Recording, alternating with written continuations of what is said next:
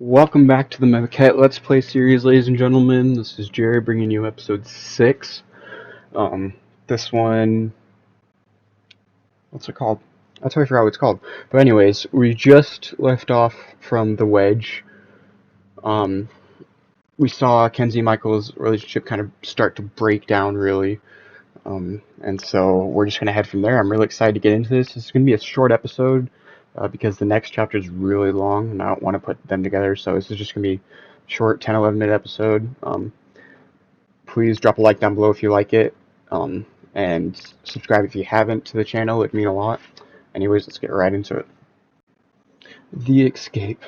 On the surface, that fight was just like all the others, but I don't remember what it said, but it was like something like, but this time it felt different, something, she left, she kept walking. Anyways, so we get into this next part of the game, and the first thing I notice is it's even more ominous, even more gloomy than the last one. If you remember at the end of the last episode, the beginning of the last episode, The Wedge, we had noticed that the game design got a lot more monochrome, a lot more gloomy, and we saw it's kind of indicative of Kenzie and Michael's relationship. So it's interesting to see how this is now. Anyways, so we look around the map. There's only really one place for us to go. It's towards these apartment buildings. So we head into there. We see that little mouse hole in the wall. We assume it's going to be useful later. And then we see another one over on the side. This one's kind of got a little gateway. I'm assuming that's where we're going to end up. So we're going to kind of explore this little street. Oh, we got some words. As I left our house, I noticed things I hadn't before. And so we go outside, and we're immediately outside of the big Maquette. So, and it's going to start forming this neighborhood kind of as we walk. We're not heading right into the big houses. It's going to create around us. We never hung any of our pictures. So we're going to kind of keep going along the street. The game's kind of designing itself and telling us where to go. I'm sorry for that little recording hiccup. It's just a mess up with the recording. Or put our names on our mailbox slot. So we keep walking down the street and it's just constructing this depressing neighborhood. Was what we had really also impermanent? Another thing I noticed is these houses were getting like more crooked and kind of staggered, and it was throwing me off a little bit. I kept walking, avoiding our usual routes, mindlessly rubbing the keys to our front door. And we go through that first little mouse hole that we saw. And we see the big houses, but nope, it's just going to keep constructing these other ones. And it's going to lead us down a path. I hadn't realized it wouldn't be our front door anymore.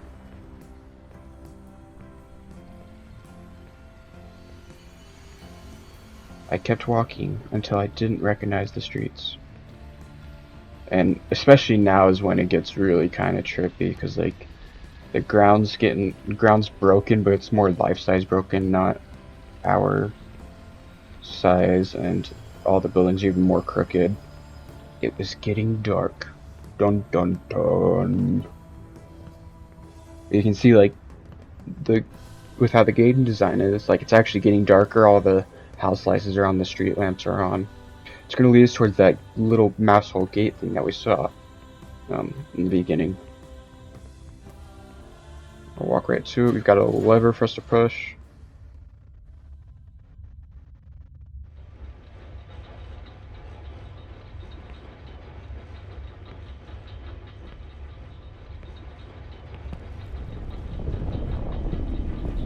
So like we're going down and outside of the secondary Maquette, which I don't think we've done before.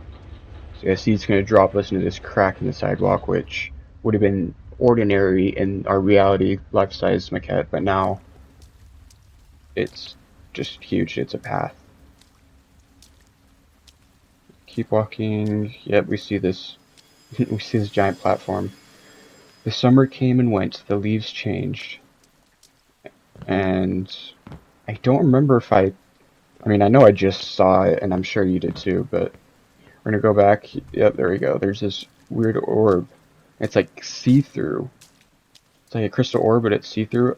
we walk right through the wall. And I noticed this at first, but I didn't think it meant anything. There's this confetti on the ground, so that's going to be important later. We're going to take this orb, just keep...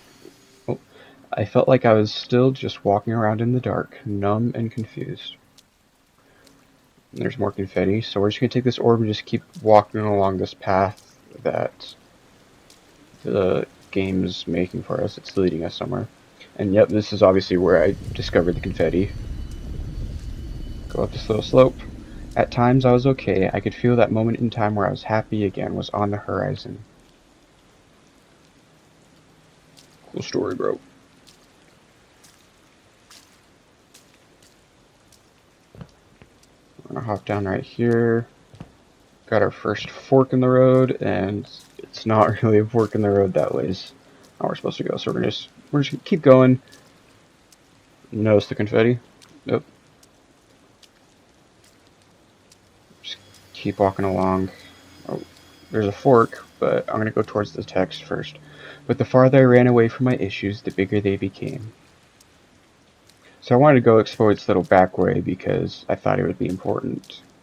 I get to the end and I notice I can see this broken orb through the lens of the orb I'm holding, which I thought was weird. Like, you can't see it just regularly, but I can see it through this crystal orb.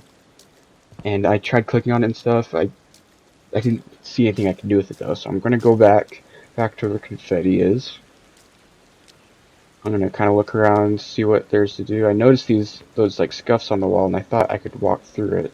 And I thought this was where I'm supposed to walk through, but I guess not. It was just a weird spot that I could partially phase through.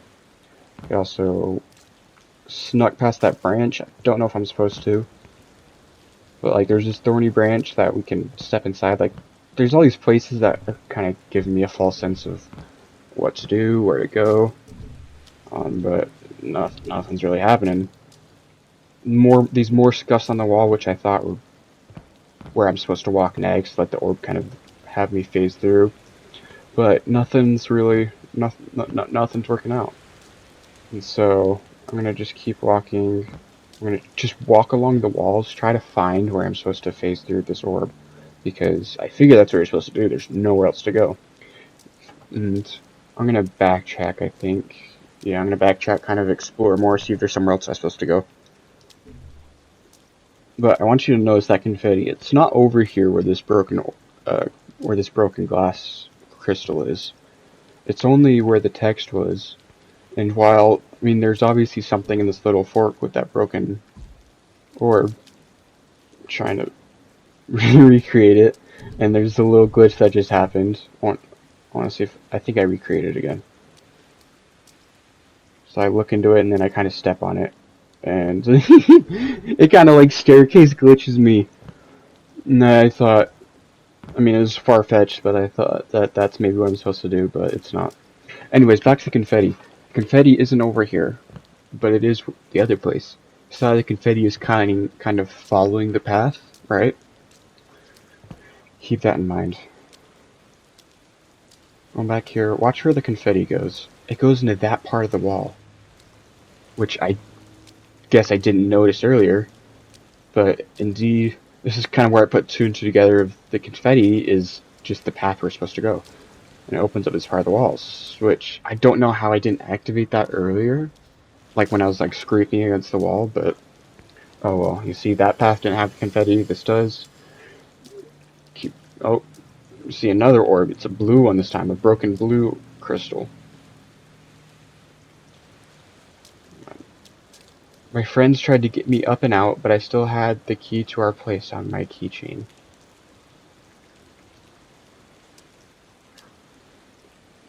Anyways, at this point, I'm pretty sure the rest of this level was pretty straightforward. You just kind of walk along.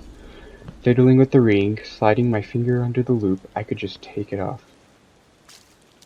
And there we have the cyan crystal, broken cyan crystal, something. No, it's all the crystals from the whatever, from that one part, the gateways, I think is what that level was called. I don't know what happened here. I kind of phased out. I think I looked away. And we're just keep following the path, keep following the confetti. kind of lost at this moment, so I go back to the confetti. Voila! See, we didn't save a ton of time doing that, but we could have saved some time if we figured that out before. See, I pried the key out, dropped it in the fountain like a lucky penny, and walked off a little lighter. Does she mean like a little lighter, or probably physically lighter? Although a key doesn't really weigh that much, so I don't think it'd make that big of a difference. But anyways, I don't know why it paused right there, but it happened. We're gonna keep walking. The game's getting a little more stattery now, and I'm trying to look around, see what else we can do before we go into this very obvious crack in the wall with floating rocks and the light to heaven. So I'm assuming this is where we go next. And sure enough, we get engulfed by the lights, and the level ends. Like I said, this is a short episode, so this is going to be where we stop. Thank you for watching. It's getting very intense, getting into the climax of the game. So drop a like down below if you enjoyed this video, or if you don't, leave a comment. Subscribe to the channel if you haven't. It would really mean a lot, and it would help get this out there. And I'll see you all next time.